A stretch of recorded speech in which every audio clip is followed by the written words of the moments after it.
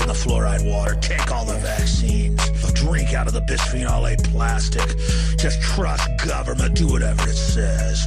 The evil's growing. It's coming. What you asked for is now at the door, scratching. So open the door and prepare to meet your destiny.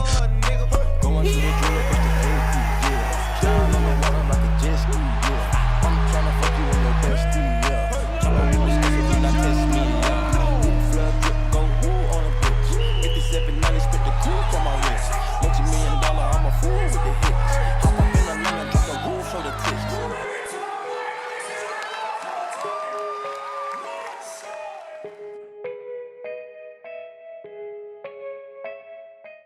What's up, guys? Welcome back to Large Lads, the largest show on the internet with your host, Mania Max, Crazy Klong, Wacky Wizard Dog, and Psycho Sam. Max, you need to go louder so you top out the mic. Okay, hold on. What's up, guys? Please bring the audio level down Perfect. to That was great. That was really good. We're going to get straight into it. I've got a topic for the day. Let's hear it, brother. Everyone's got to stop stat padding their accessories. It doesn't actually make you stronger. I'm not going to lie. Sometimes I feel the opposite.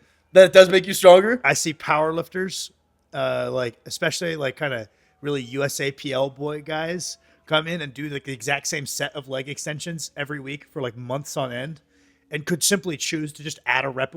It would still be undershot, but they could just choose to add a rep a week. And they're like, I think you should start stat padding. I think you should start getting like a big ego about your, like, I think at least for the time being, it might be good to pump up your ego. And you're like, yeah, I might be a mid squatter, but I'm one hell of a leg extensioner. Is that a cope? Probably. 99% of the time, that's a cope. But I think it'd be good for you. But the issue there is if you start being like, I actually have insanely strong quads. Have you seen my leg extension numbers? It's awesome. But no, but you're misidentifying The opposite. It's better that, man, than undershoot all your accessories. Yeah, the amount of sub RPE 6 accessory days. Get closer to the mic. The amount dog. of sub RPE 6 accessory days I've seen from some of these guys. Some of these fucking guys. Everyone falls on one end either, where it's That's either true. you don't go hard at all, or you're doing something that's so heavy that you're completely defeating the purpose as well. I was not expecting to be faced with so much resistance. On I the choose topic. to be on This the is so right fucked side up. of history. Listen, if we're going to have an audience, and our audience is going to, on average, be undershooters or overshooters on their accessories, we're the ego lifting podcast. They could go listen to, I don't know, Mike Tusher if they want like smart, nuanced takes about actually calibrating your assistance well. Overshoot that shit. Let's go. Well, it's less so a matter of intensity and more so a matter of execution. Overshoot that shit. Defeat the point of the exercise, you fucking idiots.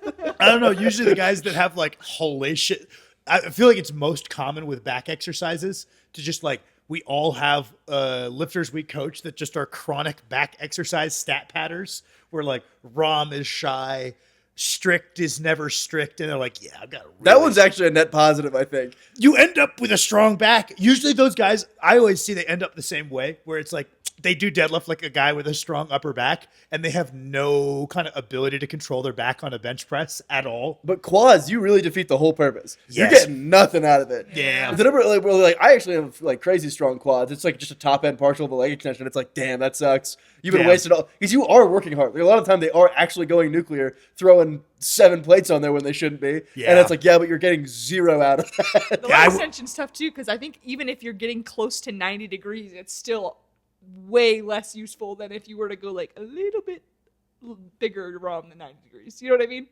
Yeah, or like someone just rowing the fuck out of their belt squat. We talked about it last Yeah. week, where I'm like, it sucks because that is objectively hard. Like I feel You like are people are working like, hard, yeah. it's a full body motion because they're pulling themselves up, but it's also like they're like, clearly your legs haven't ever grown. Like, Yeah. If someone's got a leg extension that's bad enough to where they can't really get much past, like, let's say 90, yeah. and let's just say they can't modify it with like yoga mats or something, I don't even like think they're important to have in the routine. They don't warrant a spot if you can't get a big enough. Like I would A lot of rather- the Globo ones. Whenever I'm getting videos from the clients, and I'm like, fuck, that's you can't, like, you're clearly maxed out on the settings. Yeah. You can't do anything more. Like, yeah, Yeah. and so like I'll get like people. At that who point, are it's just there- like, let's just do high bar. Like, let's Yeah. just do a heels elevated. yeah, like, the high machine bar. is so limited to shallow that I'm like, I would rather you just go like heels double elevated zombies or heels double out, like just get a deep knee bend, right? Like something like that where we go heels up on a wedge or heels up on a plate, something, or a machine that lets you get like a full knee bend. I'll take over a bad leg extension. As much as we always extol the benefits of leg extensions, It's because we have the best leg extension in the world. there's an assumption that it's like a setup that's good enough to get a stretch.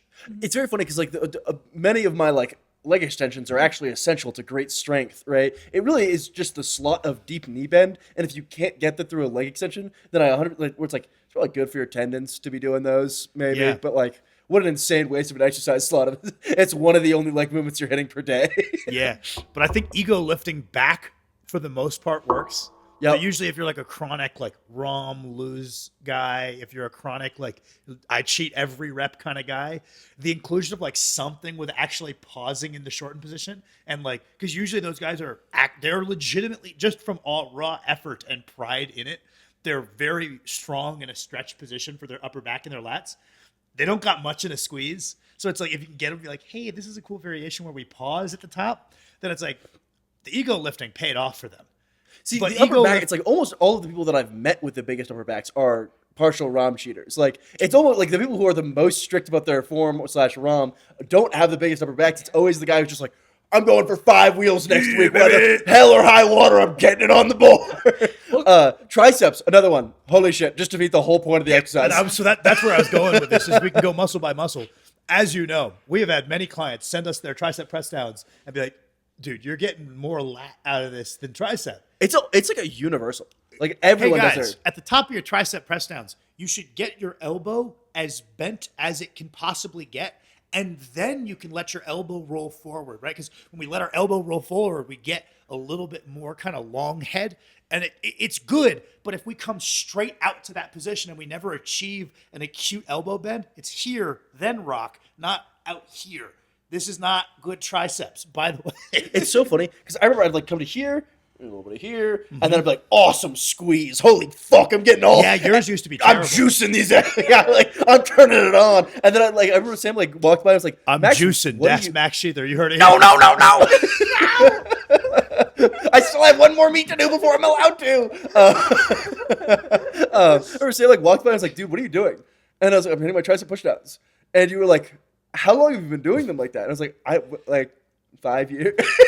And he was like, dude, that's why your arms look like that. What are you doing? Because I was like, I need to keep it really in just like the active part of my arm. Because I was like, anything past, like, I honestly didn't even think that I could go past there. I was just like, And I was like, it's perfect. And you're like, dude, just bend your arm fully. And then now I have the largest triceps of any natty man in the world. I don't know It if you guys will agree with this, or if the viewers will agree with this. I feel that shoulders can be productively ego lifted. You can get, like, obviously all of these you're leaving a little bit of room on the table versus like training hard as fuck with like pretty good form. Like, good form doesn't always mean like super strict. Some things I think that a little bit of sway evens out the resistance curve. That's something GVS has talked about. A bunch of like regular barbell row, very easy at the bottom, very hard at the top. A controlled sway, the way Ed Cohn did, evens out it makes it a better whole back movement. And I think a little bit of sway on like dumbbell laterals actually can make them more productive. You kind of flare your lats at the bottom. I was telling you this, you can kind of wrap your arm around your lat, and I feel like you can get a little bit more stretch on your lateral delt if you kind of keep your lats puffed up and wrap around. But a little bit of cheat's part of that. I think you can ego lift pretty successfully with shoulders. If I know a guy who prides himself on like, yeah, I go ham on shoulder day, I'm the shoulder guy, and like goes life and death on some real compound rear delt flies, goes life and death on some kind of swingy but really heavy laterals, and then he's on like overhead of choice. Usually he's got some pretty good. Sometimes he's hurt, but he's got some pretty, A lot of the times he's got really bad ROM, but some pretty big shoulders. his shoulders are pretty respectable. They're pretty unfunctional, but he's got show muscle. That's one of my secret pet peeves is people will ego lift the dumbbell overhead press and they'll do like I'm a small woman and I'm doing the 60s. And it's like, It is so funny to see someone who like you can't even begin to lie and claim that like it's just a movement restriction. yes, you're like, your shoulders aren't binding you up. You're 3/4 stopping at the of top way of your up. head. Like, You know, one of my favorite normie fitness things? Thinking that top half partials and bottom half partials are the same. Oh, they're both partials? The same cheating. Like people will comment on Eddie Hall's old, like they're like bottom 3/4 reps. Yeah. Some of the most impressive shoulder sets you'll ever see. Of course, it's Eddie Hall, right? And people are like 0, bang, bang, or like non-locked out, Knockouts. or like non-locked out bench presses. It's like you're right. This is less impressive than if you locked out all 50 of those 225 reps. Yep. But this is being like this is just completely not impressive. Yeah, that is really, really Someone fun. commented on my 500 for 20. They're like, the ROM got better as the set went on. And I was like, yeah, because I was locking out at the top to catch my breath. That's not the hard part. Because they meant I started actually standing all the way up as I got tired. That is very funny because it's like I could never imagine failing the top like stand part of the squat. And like we've done like reps where it's like I'm probably dropping down a little bit before I actually finished the hard part of the movement. I did Bulgarian split squats yesterday. Yeah, and you were cheating like, those? You're dropping down before you actually finish the hard part of the movement, right? So there is a point where it's like, I mean, I feel my squat relatively high. If I was just doing straight like bottom piston squats, Yes. I probably am saving myself a unfair amount of effort, right? Yeah. Fully locking my knee is never going to be something I'm like, oh, I'm really drained. Like, fuck. Yeah. There's a time and a place, right? Because I used to do all of my reps in that constant tension style on the squat. Yeah. Guess what? I had big legs and I was really underskilled at singles. That's shocking. Bazinga, Right? yeah. That's exactly how that works, right? But I think there's certain exercises, especially if it's not something you're preparing for a single on. Like, okay, yeah, maybe you should just stand all the way up on all your squats. But like when we're talking about like a leg press, oh, you reversed it right before your knee locked, right? Like I think that driving all the way through, talking to you on your split squats, all the way through your sticking point, and then reversing to kind of lock into this kind of a cyclical movement. It almost becomes, instead of for reps, it's for time. Is like, how long can I hold this rowing, like maintain this like swaying rowing movement? It's almost how long can I hold that, almost as much as it is like how many reps can I do? And like my rows actually got better when I started thinking of them as like locking into a cyclical movement for time. But I think there's tons of accessories where that's going to be a better fit than like one at a time, like pause, like. We were talking about You're this with thinking so much, quads. you're not going to be able to attack the set. Whereas, like, you can force yourself to go to mechanical fail almost easier if you lock into a cyclical movement on some things. Mm-hmm. Yeah, back to your point about quads, Sam and I were talking about the other day how potentially rest pausing, even if it's like a really tiny rest pause on like quad movements, seems to make it so that you get way less out of it for some reason. So, yeah, because I have noticed that a lot of like if I do like 5 rest pauses, I'm actually like resetting my legs a little bit, opposed to like how much more like productive and like stimulative it feels to do like 5 less reps, but like just like force myself to get like as many as I can actually in that first go. Yeah. It's like I kind of am avoiding being like too actual close to failure if I'm stopping at RPE 7 or 3 RIR to take my little rest instead of going like to 10 rest pause. Another RPE 10 rep. Instead, I'll be like, oh, all right, I got like a little hard wave done. I'll take a break now at the top. I'll do another little hard wave, and then I end up only doing like one actually hard rep instead of. Yeah, I because was that is a younger, way I- people stat pad their accessories. Yeah, when I was younger, I used to watch. I was like watching Ronnie, and I'd be like, no, a set of legs is like continuous movement until I like couldn't do another, and then I'm done. And then I started like adding in a rest pause. But me and Kirsten have seen like sometimes a lifter will have weak quads, and they're a good lifter, and they're willing to come in and work hard on their like quad accessories. They can absolutely get the numbers that would indicate that their quads are fixed by brute forcing rest pause sets. Which said of it, it's 2.5 minutes long. Of like, cool, yeah. So you took It's like multiple one. breaks. You didn't do it. You didn't do a set of 20. You did a set of 8, and then 4, and then 2, and then 2, And it's like then 2. it's like a gritty set. Yeah, But like I was like, respect to them for being able to just brute force +1s on Oh, a really God. weak, like that's really hard, but it's not Yeah. the most productive It's way gonna- to do it. And you solved it too fast. You Yeah. can't just fix your weak quads that In one quick, block. and quickly. That Yeah. should have been like a red flag, right? Because we have enough lifters at our gym in town that we know how that hack squat correlates to back squat number. Eesh. We know how that hack squat correlates with back squat numbers. So we'll be like, this would be like a proportionate set of 8. So that's like something we can give clients. It's like, you know, all the other guys that squat as much as you, they can do this. And they always get like motivated to do it. But sometimes people will be like, okay, I just need to get to that. And they like put on their headphones and go like hell or high water and they get it in like a few weeks. And I'm like, it's not the same thing if you have to rest pause it out versus being able to do it in like one continuous set with one breather.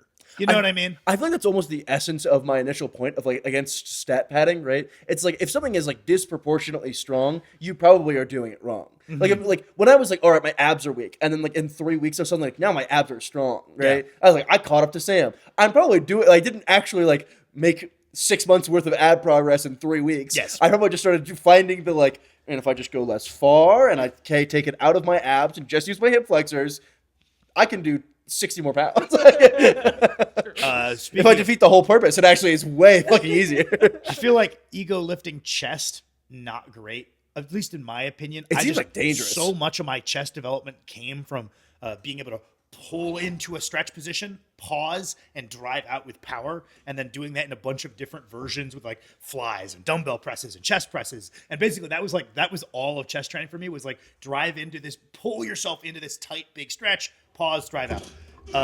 That not doing that seems like it would be junk to me, but you know what ego lifting works maybe better than good lifting for? Traps And lower back. No. You'll never find a stronger lower back. I will say that is the build of a guy who's doing everything wrong, is if he's just got a really strong low back end traps. Dude, I will tell you, if you try hard enough, like the meme is true, you can turn anything into a lower back exercise. I have a guy who was stat padding his Bulgarians by using so much active flexion extension, and he was able to like drive himself, like he would like worm Chad down and extend to get past his sticking point. You can turn anything into a low back exercise. It's very funny. There's like there's a super famous like Olympic coach guy who's like, the foundation of all movement comes from your lower back. So we just try and get that like absolutely so strong, right? Yep. It's so funny how bad all movement looks if that's the only driver of force. If that's the only source where you can create motion. Well, it's funny because you can get yourself into a really, it's like a tough, you have both had clients like this, where it's like guys who have walked the worm Chad path for a little bit too long.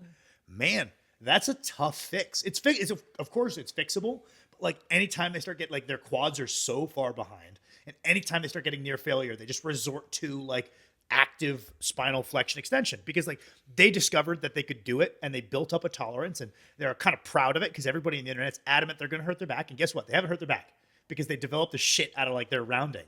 But wow, your limbs can fall so far behind. Especially it's hard to catch him up because it's like if you don't have a true, actual, forcible isolation, it's like, what are you gonna do? I'm gonna start using my fucking spine because it's like even just subconsciously, like you're so naturally gonna want to take over. I feel like I'm going through a very like small microcosm of this. Of my adductors and my quads are very, very strong. Yes, my hips or my glutes are so weak it's like dangerous. I would say from the fact that I've hurt myself from having weak glutes.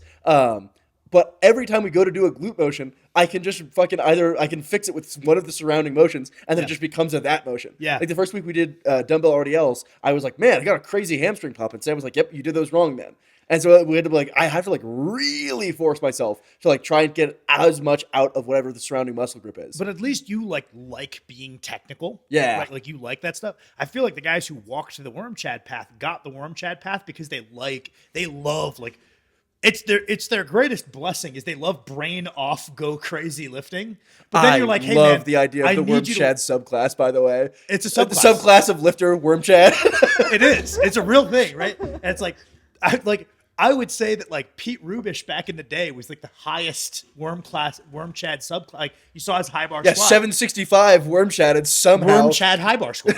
It's like exactly how all of those guys squat, where it's like you kind of drive out of the hole and then you just give your mid back to keep the bar moving for as long as you need to, and then you stand up. Final boss worm Chad lifter, right? But those guys love like brain off attack the set. And I'm like, hey man, you're going to hate this. I'm going to make you lift way less weight than you could lift. And we're going to do like a heels elevated goblet. Yeah. And you need to really focus on leaving your knee forward.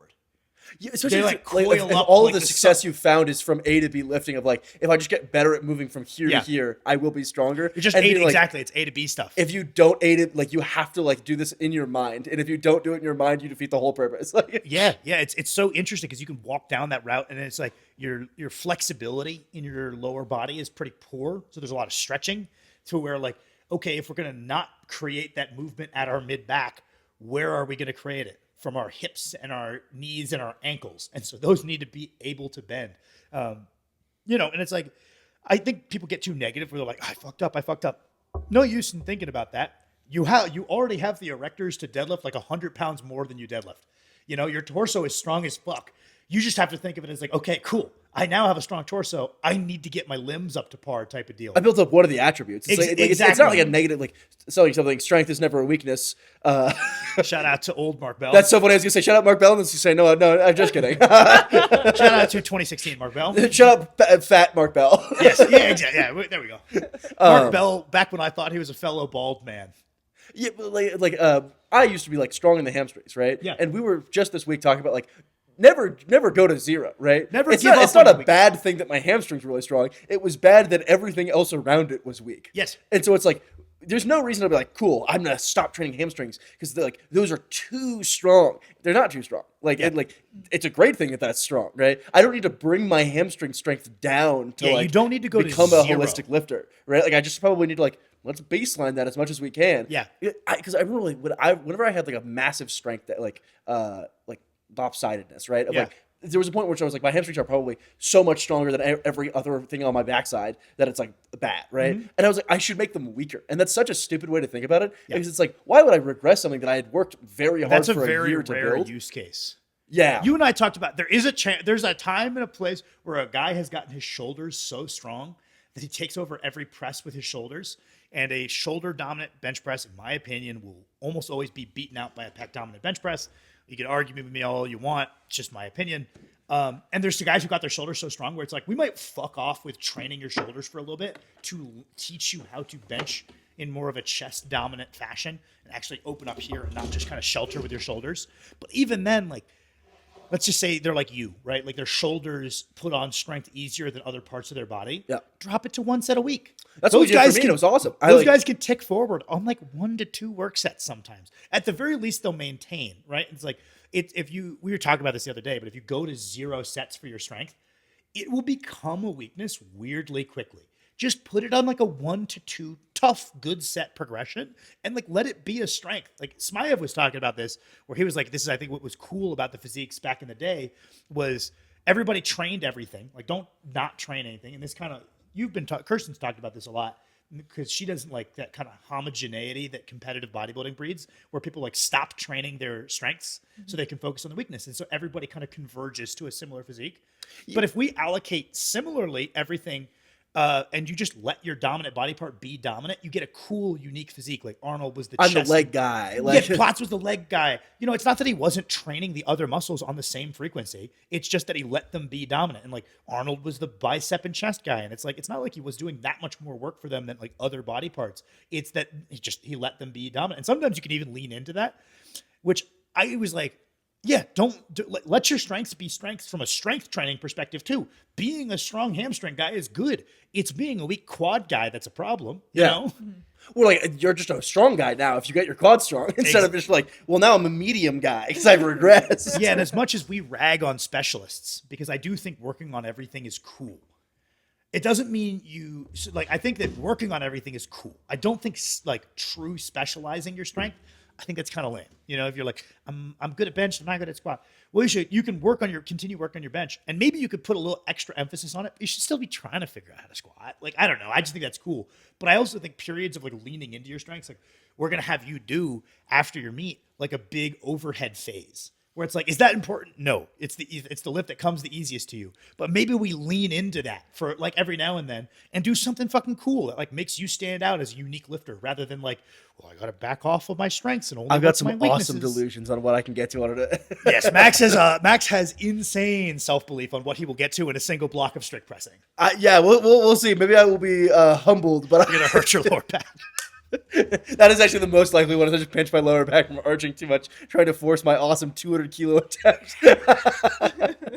Before we go into the next segment, Klongatron. Do you have you had any thoughts on like your kind of bodybuilding journey of recent? Could be related to your cut, or it could just be pure training, pure like biasing certain muscle groups in your training. Anything that sounds interesting to you.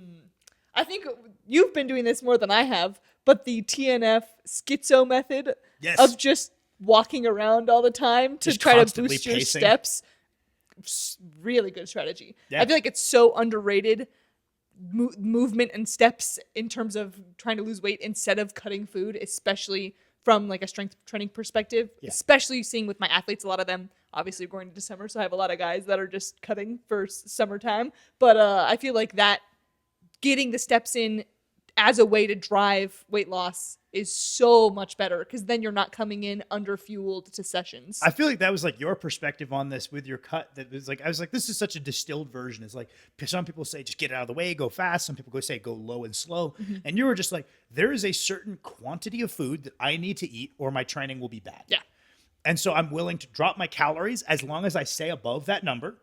And the rest needs to be driven with increasing my energy expenditure. Yeah. And the step count is the proxy for that, right? And like TNF was talking about like taking his steps up to like 25K, which is a bit I probably will not do 25 but you're just like, steps. there's an amount of food that if I go below this, my training is junk. And it's like, I've found that with my clients too. The successful cuts, they manage to keep their food above this. Just kind of, it's weird because you'd think that like, well, wouldn't that quantity come up if you're walking that much? But it's like, there just seems to be a certain amount of food people need to eat to train well. And as long as you can stay above that, the cut will continue having good training sessions. But if you have to go below a certain amount of food, or if you're like a young guy who's not very good at dieting yet, and you're like, high cal day, really low cal day. Max has had a couple of, Max has been reporting back to me. It's like, I've noticed that people go like real high cal, real low cal like days.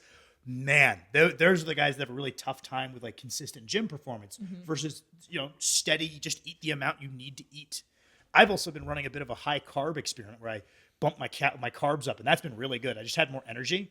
And it's funny because like you'd think, okay, well, you increased your carbs by like 200, we'll just say 200, right? And that means you're just going to gain weight. But I move so much more when I have that extra 200 carbs of energy that I think I've been like, it's been a net loss. Like the amount of energy it's given me, my steps have shot up to like north of 12K every day. Yeah. A bit of a hack. I think I might be a little bit more of a high carb guy than I thought. I was also going to say, I think the mini cut idea is super valid. Like theoretically, I've never done it. I probably want to try playing around with it at some point. Please don't. But I'll be really cranky for the week or whatever it is. But I think the low and slow is so, like I said earlier, is so much better for maintaining your strength. Well, it's interesting. TNF used to be like a get it out of the way, really. What, Max? At the tire yard that I worked at my school, we had a coworker named Meth Head Mike. Yep. And Mike told me that he quit meth because it got too expensive for him. Crazy, he did meth for 10 years. And he said it was his game plan was he had his brother-in-law lock him in the bathroom for a week while he just went through withdrawals. And he was like, it's close to hell I've ever been. And it's like, we could just do that for Kirsty for the mini cut. We gotta lock her up. Me in the bathroom. He was like, I remember I was begging him. I was telling him that like my wife was dying. I told him I got a call to like he had to unlock me because my kids like I needed to go help them. And he knew I didn't have a phone in the room, so he knew I was lying. And I know that there's some dastardly lies coming out of Kirsten. So funny. Kirsten would be hitting the most audacious, True. lowbrow lies you've ever heard. I'm actually dying. There's a demon attacking Oh my me. God, there's tree nuts in here, Sam. Sam, you hate me. If I don't eat carbs, I'm gonna die. You hate me. But yeah, because I was thinking this kind of like maybe a lower rate of loss might be better to go slower, even though that's not really what I hear most people say. And then I saw a post of a natural pro bodybuilder, and they were saying they do way longer diet phases. Well, that's what TNF came around to, right? Yeah. He used to be just get it out of the way. This is probably, he was like, this is how you do mini cuts, and it's probably how you should do preps, right? And then over the last 3 years, like I would click one video from 3 years ago saying one thing. 3 years later, he's like, yeah, I used to say that. My thoughts have evolved. And I'm kind of more of a low and slow guy with like a really high step count. And so I'm like, okay, interesting. Because Matt Venna is big on just like after a contest, fucking aggressive mini cut. Just strip off as much as you can, as fast as you can, and then just get back on the horse.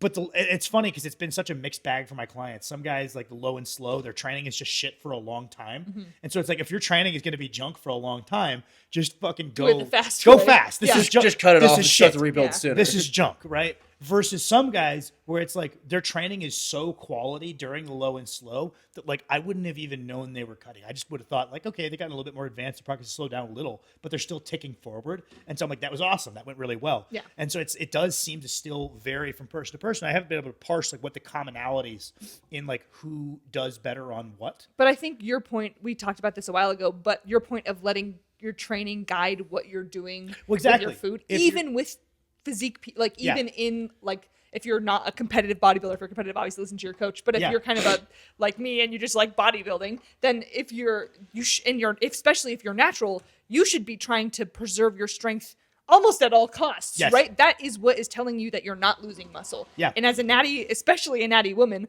I'm probably like super likely to lose muscle if my strength is tanking through a cut. You know what I mean? So yeah. Yeah, it's like you don't have fancy hormonal signals to send to spare Right, muscle. to be like, hey, or don't to do that. The only way you can send a strong signal is to like do a hard training session, expose yourself to some sets you have never done before, and then just go give your body the fuel and say, please make those adaptations, please. Please. I've got my own experiment. All right, what Okay, let's you hear got? it. 23-year-old man trying potatoes. Dude, yeah, Max has started eating a bunch of potatoes recently. It's true. You made mashed potatoes the other day. That was pretty impressive. I made an enormous amount of mashed From potatoes. scratch, Max Me and Kirsten made were mashed really potatoes. impressed that you made mashed potatoes. That was pretty cool, That right? was very impressive. Yeah, I bought in a giant sack of potatoes and just put them all in a pot, and then I just went and played video games, and I came back and I was like, "This is probably good." How's that going?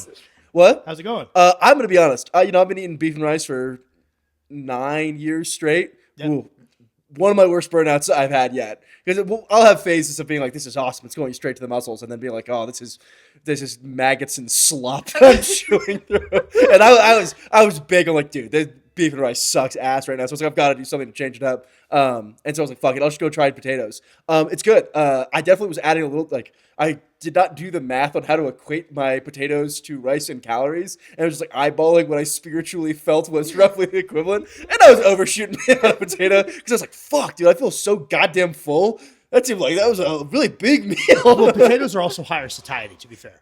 Well, because also they're like less dense, so it's like I have to add more weight of potatoes to make up for the same amount of calories for white rice. But I didn't like look up how much calories are in mashed potatoes. I was just like, this probably seems right, and I was over by about 50 grams.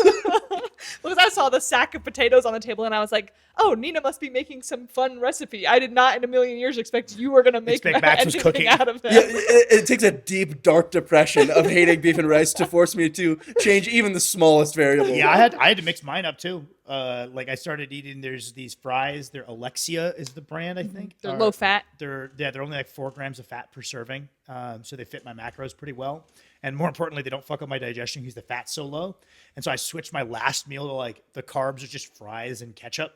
And then like I put some bagels as my carbs for meal 1 just to get, because I was like in that same rut where I was like dreading my food. And it's like usually tanking through that is like, that's what we used to do. And it's like, you realize the longer you do this, it's like you need to eat your lifter guy meal of like bowl of veggie carb and protein.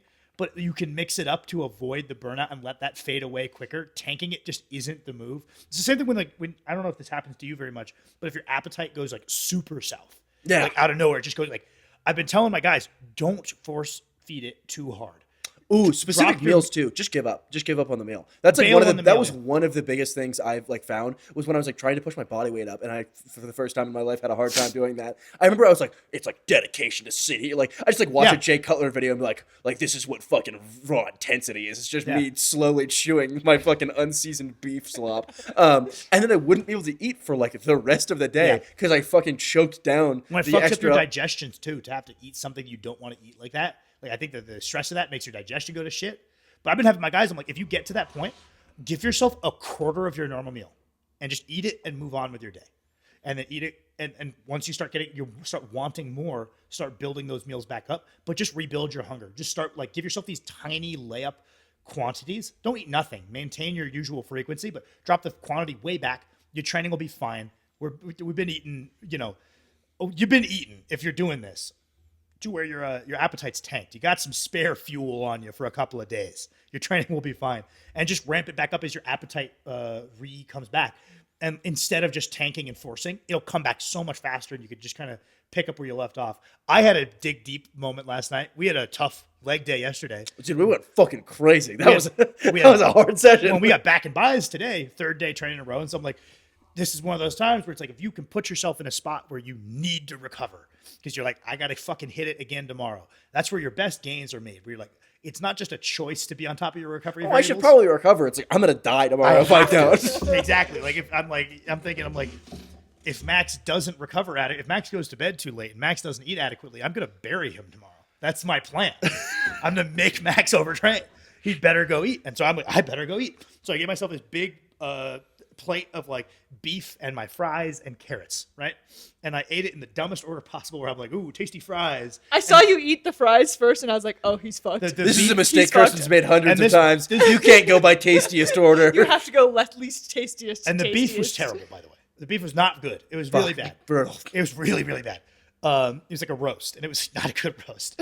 And so I was like, that doesn't look very good. I ate my carrots. And then I was eating this atrocious tasting roast, and I like just power through. Like, you know, I have to eat. Like, this isn't a pullback. This is a force through. I have to be ready for training tomorrow.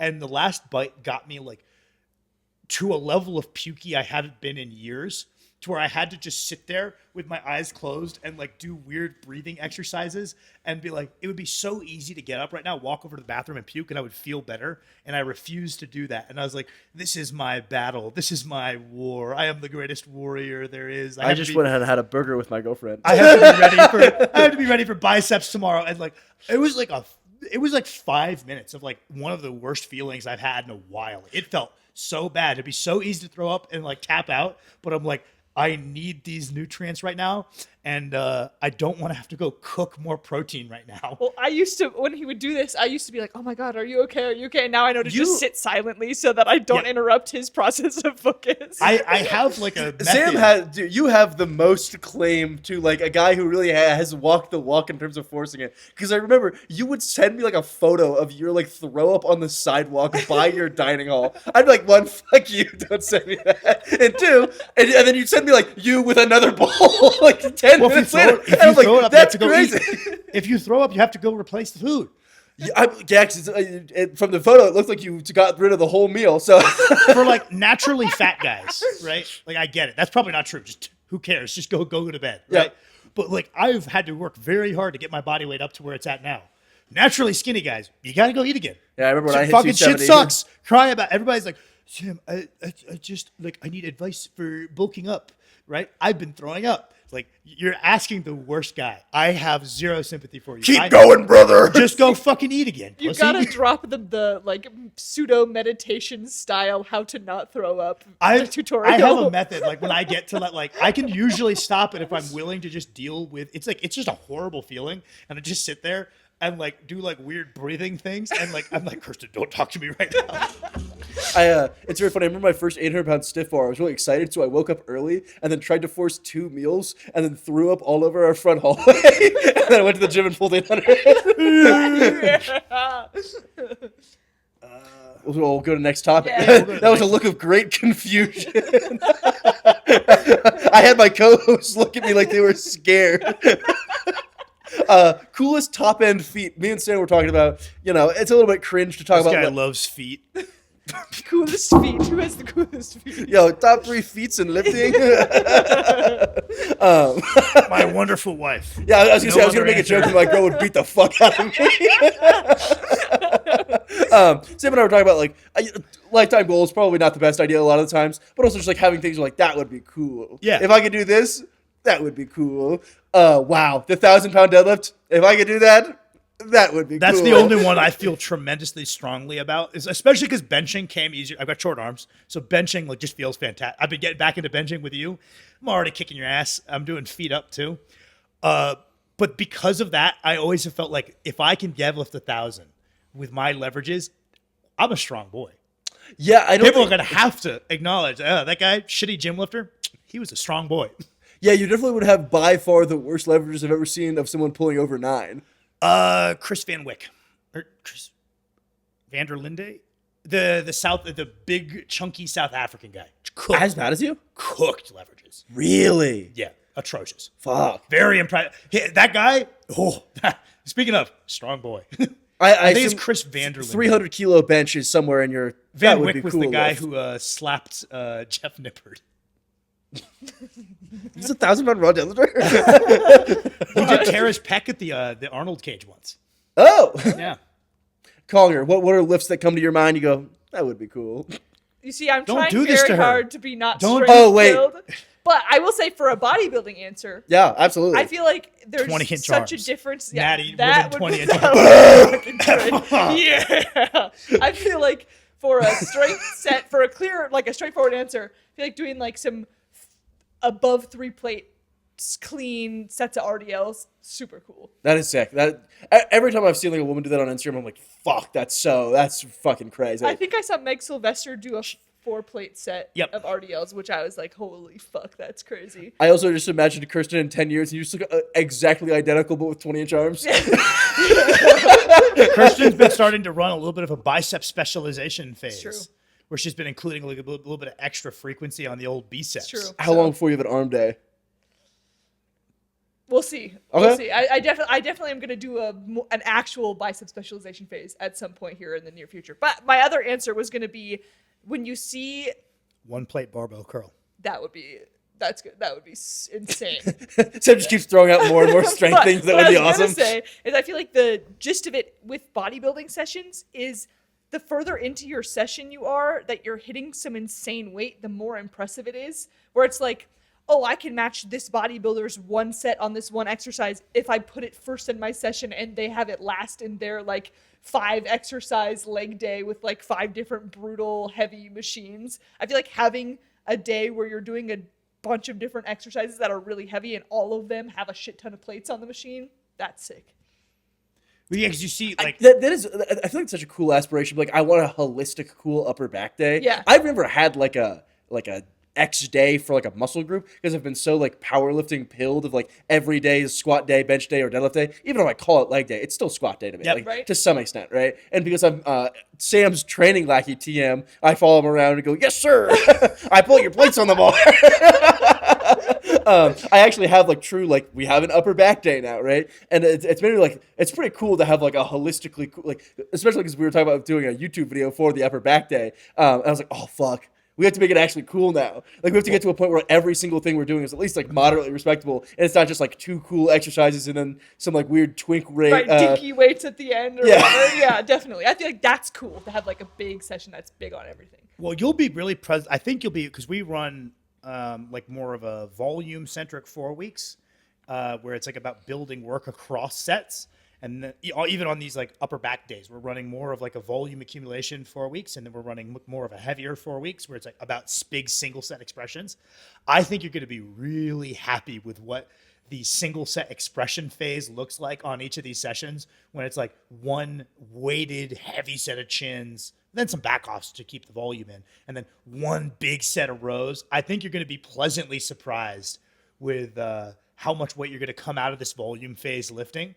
Where I'm running through this program we're running right now for the second time, and by the end of the big set expression like strength phase, I was hitting sessions that I was like top to bottom, this is fucking cool, right? Where I'm just like big weighted chin ups with like a good amount of added weight, big row, and then I'm like, for me it was heavy curls. Apparently, fucking everybody can curl more than me, but for me they were heavy dumbbell curls, and then I had my like 100-pound wrist curls, and I was like, damn, top to bottom, this is actually pretty sick. But also that's the thing is like you see guys, they're like, well, I squat 5 plates for reps. Why it's so weird that this guy must have show muscle. This big bodybuilder with giant legs also squats 5 plates for reps. And that's like squatting 5 plates for reps after leg extensions and hack squats is a very different thing. Or we've talked, like, I've gotten, like, it's so weird that your pause squat set, like, I can do that set too. Like, I too can do 400 for 8. And I'm like, yeah, but also, like, this is 2 days after a fucking deadlift day and also the third motion of my day. Like, they're fundamentally, like, very profoundly different things. That's a big thing in strongman, is guys always overestimate how ready they are because they'll watch like a pro level like, show. I can do this log. And, like, Yeah, and it's like on it's a fresh the day, first fucking motion of the day. third day of world. It's like on the fucking. It's like a week deep into worlds. Half the field are feeling 180 kilos. Exactly, if you peaked properly, and so a lot of guys overestimate where they're gonna sit. Where it's like you can sit there and watch. I can deadlift that. Yeah, on a perfect day in your gym. You didn't do a fucking like wheel of pain literally an hour and a half beforehand. And if you did, it wouldn't go well. I do like the idea of that, of like building up cool looking sessions as like a holistic thing of like, instead of like looking for a cool set of like this whole session, I'm strong in every aspect of it and like racking up those. Well, yeah, and that's the thing is, you have to. I think I told you. I think I said this in one of our only two training together videos so far. I think it was in one of them where I was like, you know, you almost start at first and you're learning and your gas tank is building to where you're like, this is kind of lame. But like you build out, you start a new routine, and it's like it's not going to be super cool off rip. And if it is super cool off rip, you probably you're ahead of yourself. Or you picked bad motions. Like I picked the 6 back motions that I already weighed. Like if I picked TSS rows and then like I could stat pad a fucking back day that's probably less good than the one we're currently right now doing. But it's such a good feeling. You like have a new day, right? And it's like you could be a full body day guy. You could be a bro split day guy.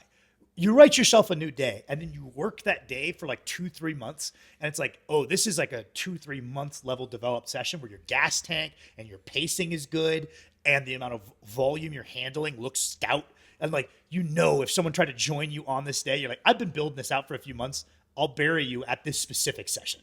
Right. It's very funny because I really like had like the ethos of like it takes a little bit to learn emotion, right? But once you've like actually learned it, that's where like the real bread and butter of it, right? Yeah. Like I remember my TSS routes, it's like I spent a little while, and then after a while I was like, oh fuck, the gains are coming much more slowly, but it feels like every time I like make a little bit of progress, it feels 1-to-1 with like my back is actually stronger now, right? Mm-hmm. And I was like almost like discouraged from like I shouldn't change this because I'm so in the money on this one motion, and then being like, but like that's a much less holistic version of strength is I'm just building my upper back strength through this one thing. So being like, I pick one motion for the whole 3 months, and it's just like, cool. The goal is to now build up as big of a version of this as I can, and then reassess. You know what I've been doing? I just think the viewers will think this. I've been already telling you guys about this because it's been my recent kick. But I've been having some of my lifters like after our contest when we like, let's do something a little bit different. I've been having them go back to like, I'm gonna call it a bro split. It's not like a bro split in like the truest sense of the word. It's more like it's pretty bro splitty. There's like a chest and tries day. It's a squat day. It's still a squat day. It's not a legs day. It's a squat day. So like squat and quads, something like that. A shoulder day, a deadlift and posterior chain day, and then a back and bi day. It's 5 days. I've been having my guys come back to that a little bit more often, and I don't think the lack of frequency has been hurting guys, and it just lets them put a little bit more focus on like, to be a good power lifter, your chest and tris are going to be out ahead of your shoulders, and like your squatting and deadlifting is going to be out ahead of your upper back. Your upper back is just going to be strong, and your shoulders are going to be just strong enough to facilitate that, and that's what makes you the best power lifter you can. But I find that like taking periods to go, not even emphasize the weaknesses as much as go true equal emphasis for a while and let everything fill out nicely. They always see great progression when they return to more tailored, specific powerlifting training. So I've been having some of my guys just be like, we're going to run like the bro split. It's like roughly the same split that like Eddie Hall ran, like where it's just like that kind of weird power building adjacent split. It's what Big Z did. I'm like, oh, that's a pretty compelling argument that those two guys did it. And like, that's what all of the 70s powerlifters did. And it's like, I don't think that's the best in like more preparation for specific lifts, but I'm having great luck with having guys switch out to that and like build out your upper back for a while, get it out ahead of just bare minimum strength, and then return to a training split that's more tailored to your street lifting, or return to a split that's more tailored to your powerlifting or your strongman. But take this time to go like kind of on that Smyev thing had me thinking where I'm like, I think periods of emphasizing your strengths are actually cooler than I admit. It's what I hate is not training your weaknesses. I think that's lame. It's very funny because I remember when I was when I was much worse, right? I would hear about like off seasons, like I'm doing my off season, right? And currently that was fucking untested guys being like, I'm gonna take way less steroids and I don't want to show the fact that I'm fucking pitifully weak, right? I was like, these off season things seem fucking stupid as fuck because it's just like some uncoordinated fat guy doing med ball tosses, and I was like, that seems really stupid. And then getting better and be like, oh shit, you can actually like use that to be like, I'm gonna become a holistically stronger person. I'm just taking a step back from being as good at a squat, bench, deadlift, and the priority is just like, I'm gonna become a stronger being, and then I will like hone that more. And like, because I always feel like off seasons are so important, and then I would see people doing them. I'm like, this seems so fucking stupid, right? Yeah. And they'd be like, cool, but that's not like, because like they're just trying to like hide the fact that they're fucking weaker in the off season, right? Some they're, guys, yeah. they're only just showing like the lame random shit stuff. Yeah. I think people who are really good and their off seasons are just like, oh cool, it's just a more generalized period of training. You're not going less hard. Like a lot of the guys when they say off season, they're just fucking chuds and they're just stop working hard for 3 months. Well, you before and they I start blasting again. you and I identified that really early, where I was like, okay, well, some people are doing off seasons, and it seems like a great use of time. Yeah. And some people, this is very obvious what this is. This is their coach obfuscating the fact that they're progressing really slowly, right? Where it's like, if you've got a lifter, that lifter's not giving it a good go, and also maybe you're not doing a great job, like everything's not clicking, right? And they're like, you should compete once a year. Off seasons are so important, right? And so you do a meet and they go and they hit a lift and then they spend off season where really that off season is just obfuscating random variations of like, we're going to run a field block, right? And it's like just kind of keeping them occupied and training fun. And then they compete 1 year later and they go out there and they get a 5 kilo PR. Well, half the time it's like a lot of the guys who I hear say that are like the most gifted dudes Yes. who like can only lock in for meet preps. Yeah. I won't name drop, but I've my seen that hip is happen. cramping. And somebody's like, dude, we went hard on leg day. I'm sitting like a fucking weirdo because my ass hurts so bad. We killed it on leg day yesterday, My boys. quads are locking up. I feel like you see that with, especially like now with social media. I've seen quite a few powerlifters that are like at the highest level, just so genetically gifted that they can take like half the year where they're like traveling Just and doing ditzing. photo shoots, and they're like, oh, I went to the gym once this week, and then they lock in for For a a meet prep, and then they're better. It's Yeah, so there are annoying. Too. guys They're who like, can I'm do letting that. my body heal. And it's like, fuck I feel like the first week in Bali probably did a lot of that, right? You don't need the full 4 months, right? Yeah, Like, the 5th month in Dubai was still letting your body heal. Yeah, where it's like a little much bit time around oil tycoons heals your joints. Well, yeah, it's like, you hear Russian guys, they would like train for this whole quad for the Olympics. And they're like, yeah, I fucked out of the gym for 2 months. And it's like, yeah, I think that's necessary because you're so mentally burnt out at that point, like physical, but also mental reset. Like Andre would take time off. And you hear Russian athletes, and I was like, that's weird. But like, I know these guys are ultra dedicated.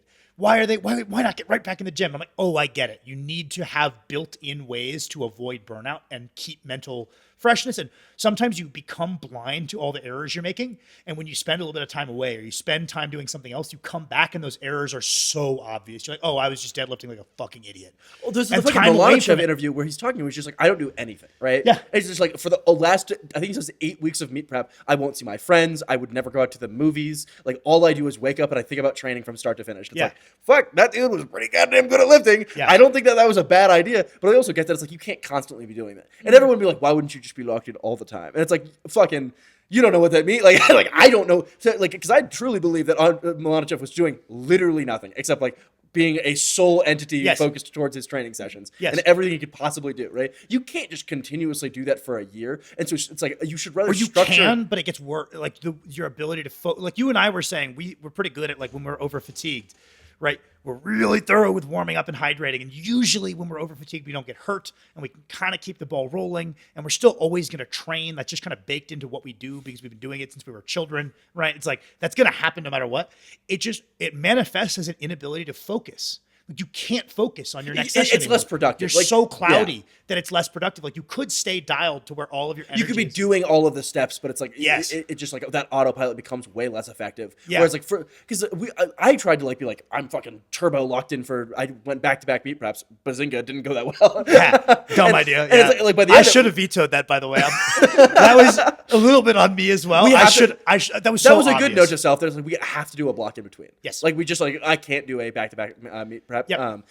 But because I very much like put a lot of pressure on myself, and clearly like by the end I was just like going through the motions of anxiety without like the benefits of hype. Like And I I was kept- just like, God, I hope I don't fucking miss this. I kept trying to Like- tell you, I'm like, Max, you're coming into these sessions with like the wrong psychology. Like, what the fuck do you mean? This is everything to me. I'm like, that's the problem, you dickhead. Dude, you have no idea. I'm gonna kill myself if this doesn't go well. Sam, what do you you don't mean? understand. What do you mean wrong mindset? I'm sad, bro. I'm actively suicidal. And I'm like, that's the problem. That's how bad I want this. Is that I really don't like myself. But I was going to say, you and I noticed that really early on, is we would see guys who would be like, they use off seasons to kind of hide the fact that some of it's just, oh, you're cycling off. That's fine. Yeah. Do what you want. Enjoy your training. But some guys would just be like coaches that were obfuscating the fact that their client's not moving forward very fast. Where it's like, if you were running specific training in the off season, the athlete would see that even though they're a low end intermediate, they're not getting better. Yeah. And so you and I were like, okay, noted. If you've got something that's working, you should probably just keep doing that. And why not just keep building that result? As long as you're you're not over fatiguing yourself, you're not accumulating like high specificity wear and tear issue, like overuse injuries. Why not run the replicatable formula? And I think that's very wise. I think it's something we did very well. It's like if you've got something that's working in a sustainable way, that's like this periodized training, run that over and over. But then we also were talking the other day about like Ed Cohn said something really simple. He's like, I didn't start getting hurt until my athleticism went sour. And I don't think that's a coincidence, right? And so if you think about the off-season training is actually your default training, where it's like you should still be kind of squatting and you should still be kind of deadlifting, right? But like I also jump a little bit because I want to not be horribly unathletic. I do a little bit of cardio and I work muscles that don't need to be worked because it's more well-rounded. And you think of the meet prep as this thing that you play to get ready for a contest and display as high as you can.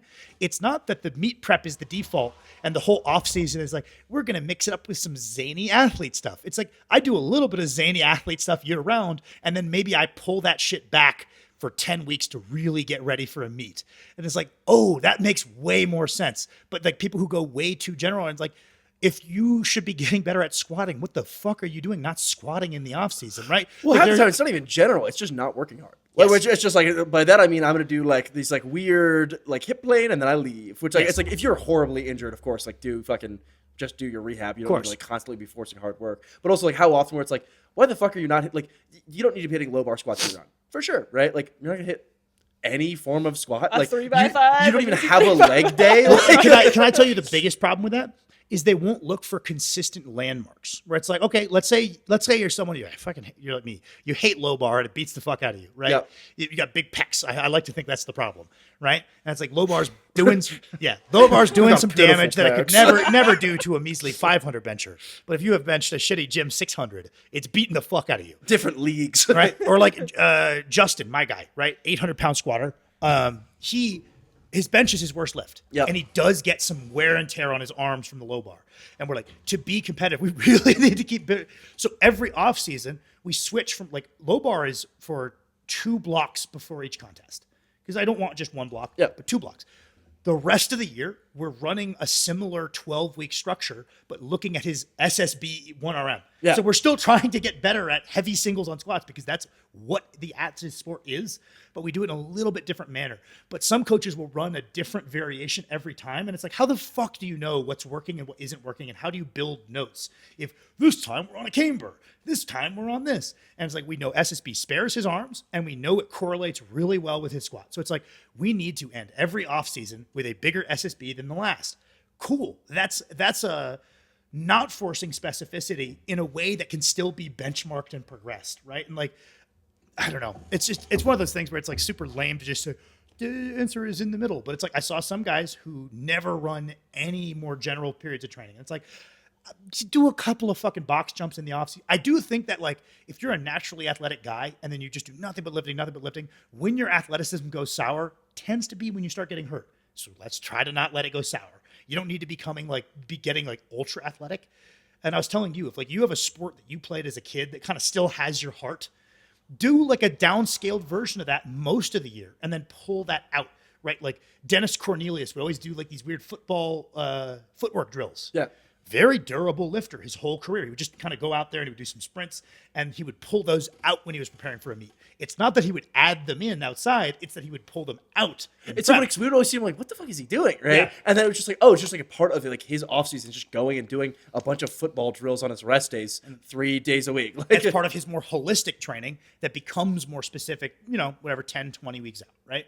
And like you love shot put. It was like the sport that you did when you were younger that you actually fully mentally invested in other than powerlifting. it is so funny to be like when I was younger, because I'd already been powerlifting for 5 years when I did shot put. Right, but it's like something that you still follow the sport, you still think it's cool, and you're like, it is kind of fucking cool, right? And it's like, yeah, man, most of the year, like start condition your arm with a 12-pound shot. Don't be a dumbass. It's like some guys are like, yeah, I went and I played a scrimmage with my boys and I blew out my knee. And it's like, that's not what nothing is more dangerous than going and just doing a hard sport work Yes. when you've done nothing for 3 Yeah, years. it's like, that's not what I meant. I meant that you should go do some start doing some of your old football drills, right? Like that thing that still has your heart, you can go do that. Or maybe you didn't play it growing up, but there's a sport you've always thought was cool. Just do a little bit of that on the side. You're like, my main thing is I'm a lifter, but I do a little bit of heavy bag work, right? Like that's mine, right? Like boxing was my sport as a kid. And so it's like heavy bag setup. I got my jump rope. And so it's like in the most of the year, I like to just keep some of that in my routine. And it's just like how you it could just be plyos if you don't like none of this stuff. Use whatever kind of has your heart as you're like, make sure my athleticism doesn't go sour work and just build your workload to accommodate that, right? That's where we're going to end the episode, boys. Let us know how awesome it was.